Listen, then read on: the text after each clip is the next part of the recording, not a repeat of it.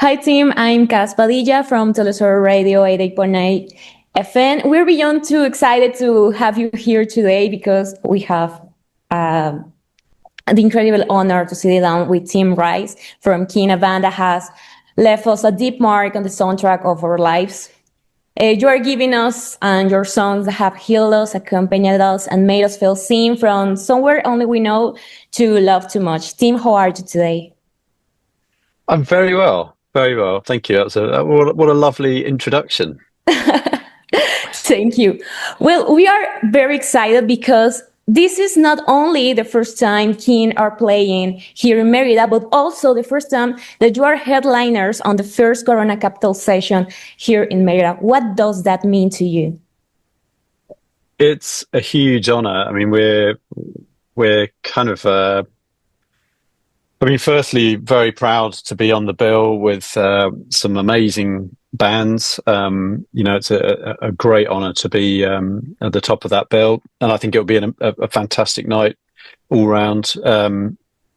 And secondly, we were actually supposed to be in Merida earlier this year, so it's really lucky and wonderful for us that we get to come back. And we were in town. We had to cancel our show because of technical problems, and so to have a chance to come back and play is really fantastic. How Merida treat you? Do you can handle the heat, the heat where we are living every day? Yeah, I mean it was pretty humid in March. We sat out in the square, had some amazing food. And oh my gosh, yeah, it was. I remember that was the problem with the show. The air conditioning broke in the venue, and they said it was not safe for the crowd. But yeah, I mean, it is warm down there. It's a little warmer than the UK, but that's great. It's going to be like going on holiday for me. What was your favorite dish here? Did you try Oh, mucho, sopa de lima, kibis? I can't remember. I Oh can't my remember what God. I had. I think I had a Oh, what did I have? It Cochinita was pibil. some sort of lovely meat thing, but I can't remember. I can't remember. Ah, don't worry, don't worry. I Well, mean, it was great food. we have a few questions from your fan base here in Merida. So the first Great. question from there are, King is one of the few successful bands without guitars, with the piano as the central instrument. How do you think that decision has shaped your artistic identity over the years? Yeah, it's a strange one. I mean, we never planned it that way, but I guess it made us sound different a little without us intending to. So it probably helped us to get noticed in the early days. And I guess maybe it has forced us to make a slightly different type of music because we don't have all the kind of the usual guitar, sounds or moves or tricks to go to. We have to come up with different ways of achieving, I don't know, power or rhythm or whatever it is in our songs. So yeah, it's had a big impact on us. We look a bit different on stage. But yeah, it's weird because we never really thought about it that much, but we probably are a bit of a sort of odd band. Perfect. Well, how did you balance as a band the desire to innovate with the need to preserve the essence of what your fans love so much? Well, I think it's very hard to destroy what makes you or destroy your kind of creative uh, fingerprints, your signatures, as it were. I mean, when we were finishing touring Hopes and Fears, we were desperate to do something completely different, and that was what we tried to do with the second album. It was a bit like, we can show that we can make more kind of distorted music or whatever it was, show that we were a different kind of band. But, and the second record sounds pretty different, but all of the things that make us Keane are still there, Tom's voice or the lyrics or the melodies or or even just the kind of the passion and the authenticity, those things are always there. So I think you can afford to push things a long way before, you really kind of destroy people's love for the music. Hopefully we haven't done it yet. Oh, it's a normal day in the creative process of Keane. Well, it depends. I mean, if we're writing in a kind of writing phase, I often write on my own. But then like I have really nice days where I'll like go over to Tom's house and we'll be like, let's do some vocals on these demos. And I love that. Most of the time we just sit there drinking tea and gossiping and not actually doing any work at all. So that's always really fun. And I love hearing Tom singing on the songs for the first time because he always like transforms them into magic. But I also love it when we're in the studio together and then, you get when Richard and Jesse are doing their thing. I mean, it just sounds so cool and sort of human and energetic. And yeah, when you start to put a song together as a band, it's, I love that. Sorry, that doesn't really answer the question, but yeah, I mean, I guess if we're in the studio, the day would start with a lot of coffee and tea and sort of stupid jokes. And then we might finally, we normally send Richard in to do some drums while the rest of us just make annoying comments at him.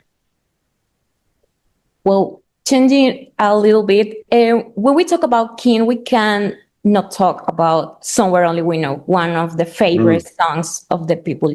What was your very first memory upon hearing that song once it was finally done? It sounded really cool.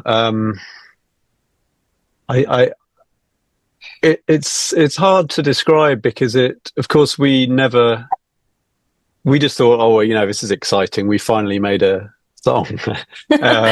But it sounded cool. It was very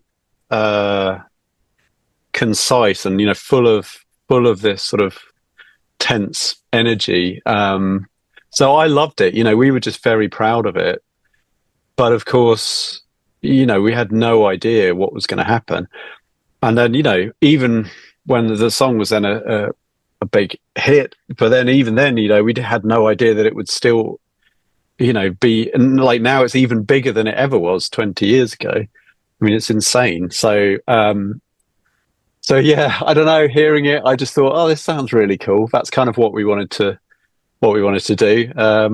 Let's move on to Bed Shaped or something. This time that you are going,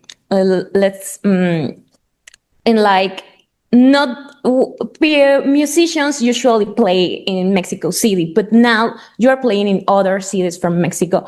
How would you describe your connection with your Mexican fans compared to the other parts of the world? Yeah, I mean, it's really become a special thing for us. I mean, I think there's more demand for us to play in Mexico than anywhere else. And yeah, I mean, I mean, we've been going for 20 years now. I mean, we've been coming to Mexico for 20 years now, I think. And, it feels like it's getting bigger and bigger. And yeah, to be able to play in, come to Merida for the first time, going to keep getting asked to go to new places. And that's so cool because, like you say, a lot of bands get to play in Mexico City, and that's pretty cool if you come from the UK. But to suddenly be able to do like a tour in Mexico, or I mean, that's just it's incredible. So I mean, people have just been so good to us and embraced our music in a way that just makes us feel amazing. So yeah, we will keep coming back until you get sick of us. We hope so. What can we expect from now from Kim in the near future? More tours, new music, side projects?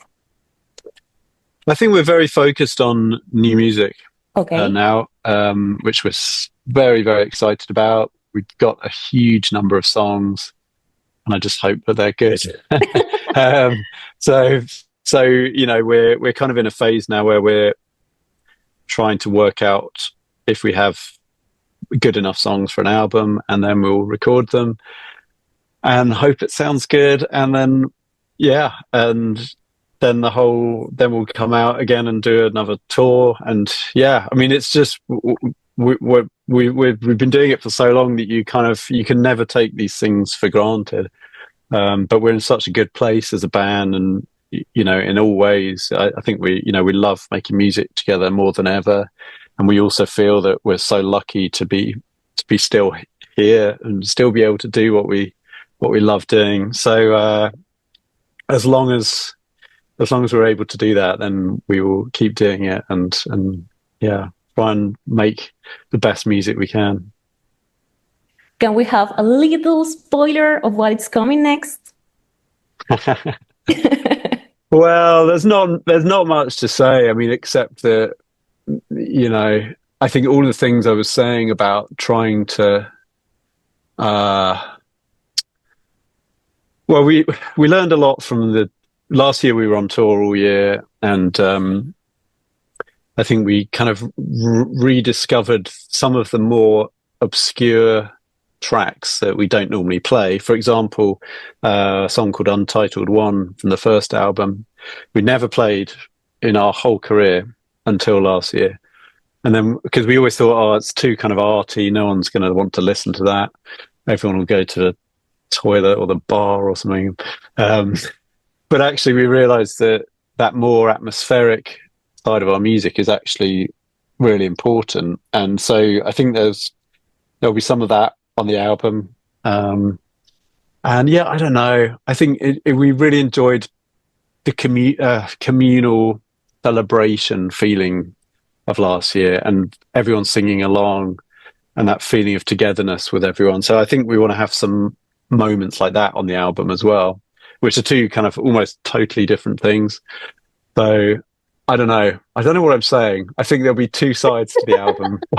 One of them will be sing-along bangers, and the other will be kind of impenetrable, arty noise. Maybe. Thank you so much for sharing that. Going back to the Corona Capital Sessions, what message will you give to anyone who's hesitating about attending the festival here in Merida?